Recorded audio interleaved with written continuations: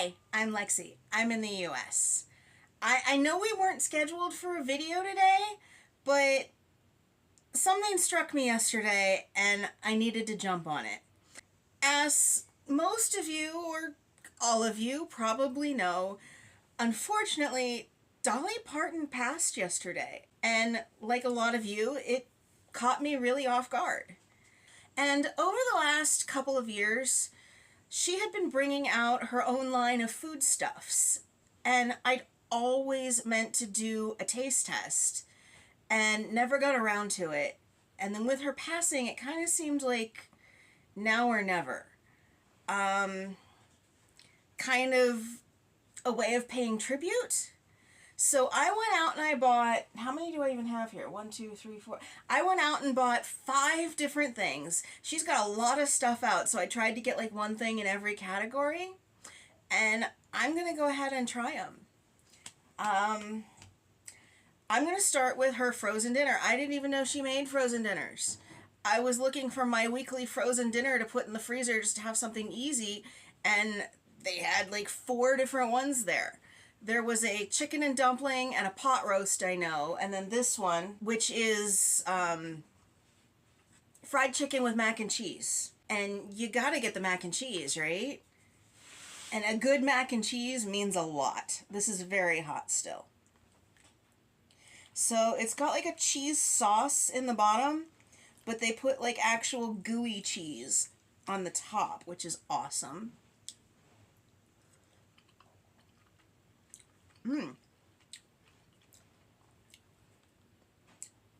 It's these bigger macaroni noodles, so they have a very soft bite. The flavor of the cheese is really good.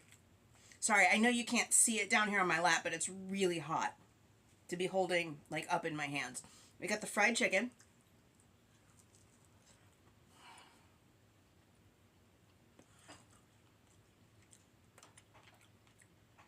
Which is like chicken nuggets. It's a really good flavor, but I don't know, not what I was thinking of when I thought fried chicken.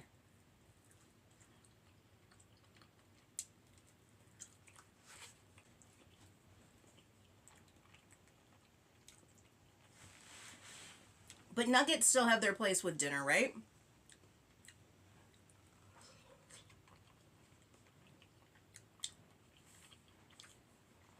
I like this a lot. I would probably get this one again.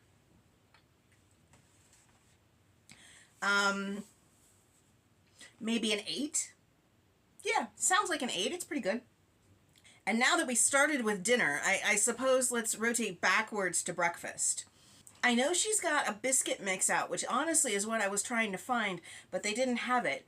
They did, however, have a pancake mix, which really caught me by surprise.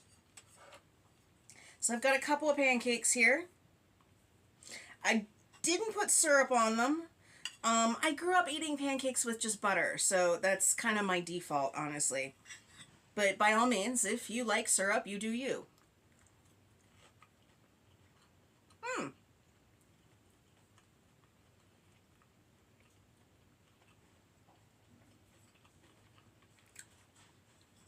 These have quite a prevalent buttermilk taste without necessarily tasting like a boxed product, and that's really good. Another thing I really liked about these pancakes, well, I guess there's 2 things. When you make them, it's just the mix and water. You don't have to deal with eggs and milk and what have you. So it's really easy, and you don't have to have other stuff laying around. The other thing is this makes a very thick batter, which personally I like. If you don't like pancakes that thick, just add a little bit more water. Would I buy them again?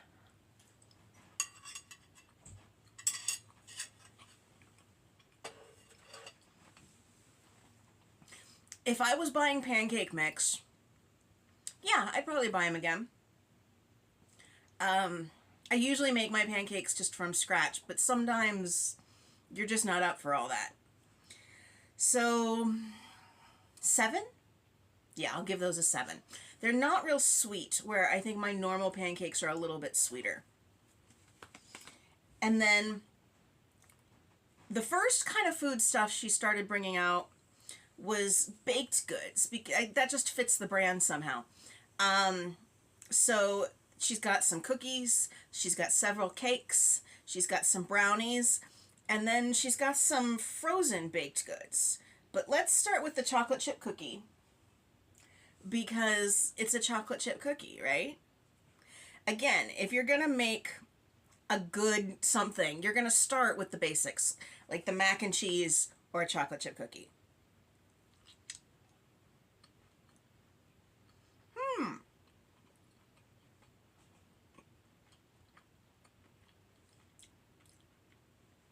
A little bit chewy, in a good way.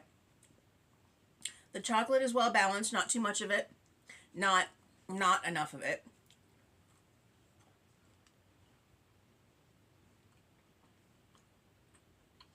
For a boxed cookie mix, these are pretty pleasant.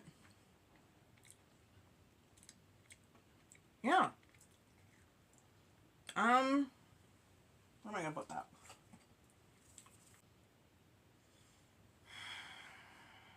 I think a 7.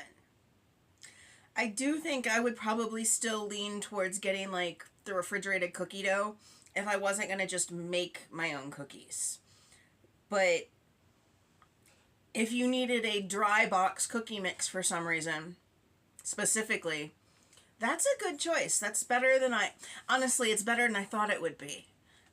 When I was mixing it, it kind of had a gritty texture that was real hard to get everything to incorporate with. So when they came out so nice and chewy, I was a little surprised, but pleasantly. Okay, here we go. Like I said, she's got several cakes. And this is meant to be baked as like a whole cake, but cupcakes bake faster, they cool faster, so that's why I tend to do cupcakes for the channel. This is a coconut cake with her chocolate frosting. On the box, she pictures the coconut cake with white frosting, but I figured why not try chocolate, right? Is there ever a bad time for chocolate? There's also a chocolate cake, a yellow cake, a strawberry cake, maybe some others. And then there's a vanilla frosting. I'm not sure if there's other frostings or not. But I've always specifically wanted to make a coconut cake with chocolate frosting, so I took this opportunity. It smells very coconutty. You know what? Let's try the frosting on its own first.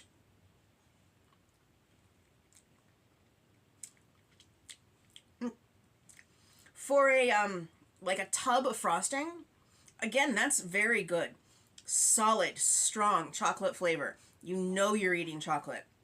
Nice texture, creamy, not too light, not too dense. You know how some of those chocolate frostings in the tubs can just be super dense? This isn't like that, but it's also not overly whipped and too light.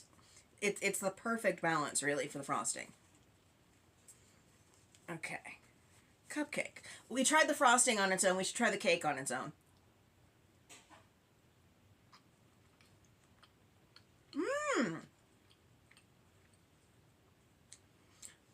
Not overpowering. Lovely flavor. And super light and fluffy. Beautifully light and fluffy. If all her cake mixes are light and fluffy, get these cake mixes.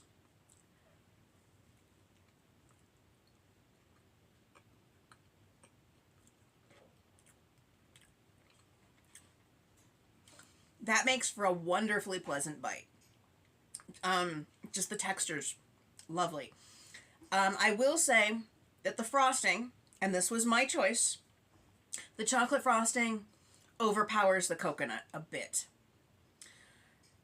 And like I said, she had pictured it with, I mean, her marketing team, let's be honest.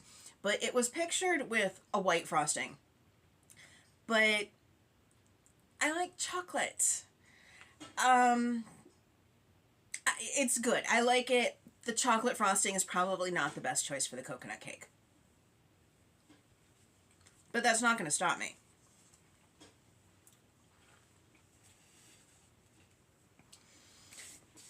She also had some brownies, and I didn't get any brownies.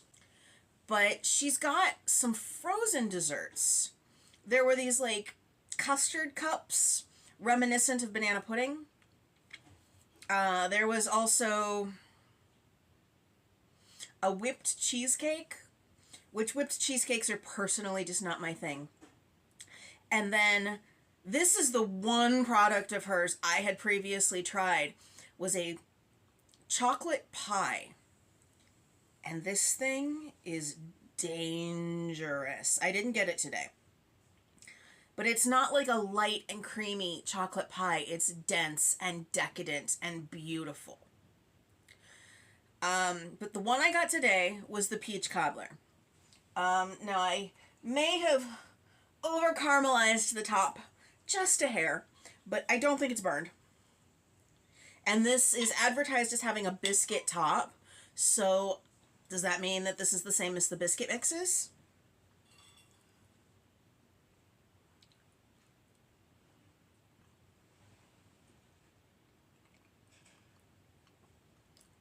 Okay. The peaches are nice, cinnamony. The top's a little bit chewy. I don't know if that's because of my over caramelization. Probably is. Let's try the bottom of the biscuit.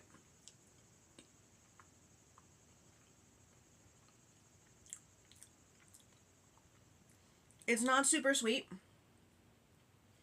And it's got that buttermilk flavor that the pancakes had.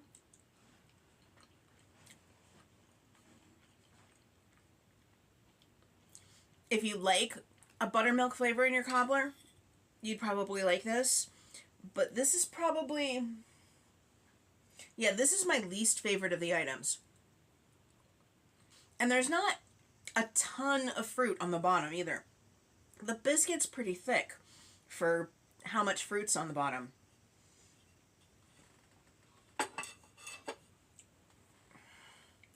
Well, those are all the items that I bought, but there are several more items that I didn't.